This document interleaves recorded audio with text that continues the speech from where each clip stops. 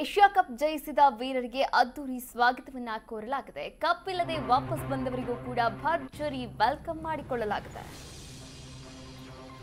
Asia cup ಜಯಿಸಿದ ವೀರರಿಗೆ ಅದ್ದೂರಿ ಸ್ವಾಗತ.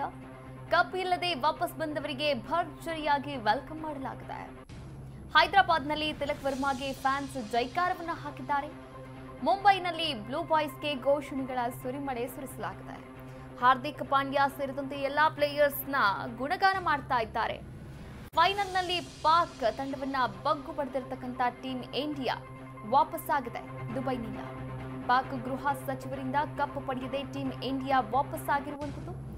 ಅಂತಾರಾಷ್ಟ್ರೀಯ ಮಟ್ಟದಲ್ಲಿ ಪಾಕ್ ಮರ್ಯಾದೆ ಹರಾಜು ಹಾಕಿದೆ ನಮ್ಮ ಇಂಡಿಯಾದ ಬ್ಲೂ ಬಾಯ್ಸ್ ಟೀಮ್.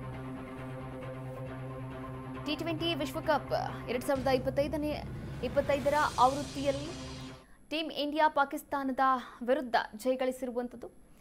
5 ವಿಕೆಟ್ಗಳ ಜಯವನ್ನ ಗಳಿಸಿದಂತಹ ಭಾರತ ಪಾಕಿಸ್ತಾನದ ಗೃಹ ಸಚಿವರಿಂದ ವಿಶ್ವಕಪ್ ತೆಗೆದುಕೊಳ್ಳಲು ನಕಾರವನ್ನ ಎತ್ತಿತ್ತು. ಹೀಗಾಗಿ ವಿಶ್ವಕಪ್ ಇಲ್ಲದೆ ಸಂಭ್ರಮಿಸಿದಂತಹ ಆಟಗಾರರು ಮತ್ತೆ ಭಾರತಕ್ಕೆ ಬಂದಿದ್ದಾರೆ, ತವರಿಗೆ ವಾಪಸ್ಸಾಗಿದ್ದಾರೆ. ತವರಿಗೆ ಬಂದಂತಹ ಆಟಗಾರರಿಗೆ ಒಂದು ಭರ್ಜರಿಯಾದಂತಹ ವೆಲ್ಕಮ್ ಅನ್ನ ಕೂಡ ನೀಡಲಾಗಿರುವಂಥದ್ದು. ನೀವು ಕೂಡ ದೃಶ್ಯಾವಳಿಗಳಲ್ಲಿ ಗಮನಿಸ್ತಾ ಇದ್ದೀರಾ.